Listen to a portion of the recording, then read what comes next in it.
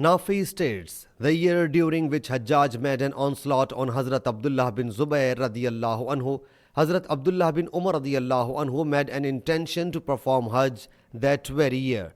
It was said to Hazrat ibn Umar radiyallahu anhu, a war is going to break out between the people, and we fear that these people will detain you from performing Hajj. Hazrat ibn Umar radiyallahu anhu said, you have best in the following of Allah's apostle.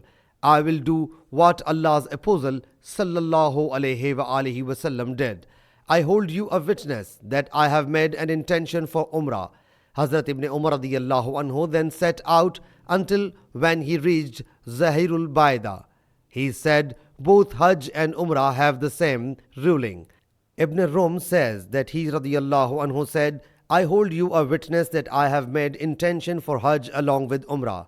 Hazrat ibn Umar radiyallahu anhu bought the sacrificial animal from Qudayd, and then wearing the ihram for Hajj and Umrah, he proceeded until he reached Makkah Mukarramah.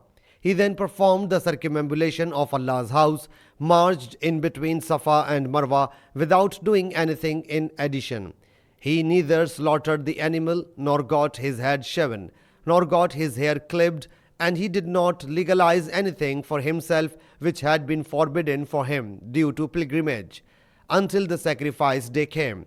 He then offered the sacrifice and got his head shaven, and thought that his first circumambulation sufficed the circumambulation of the pilgrimage and Umrah. Hazrat ibn Umar radiyallahu anhu said, Allah's apostle sallallahu alayhi wa alihi wasallam did the same.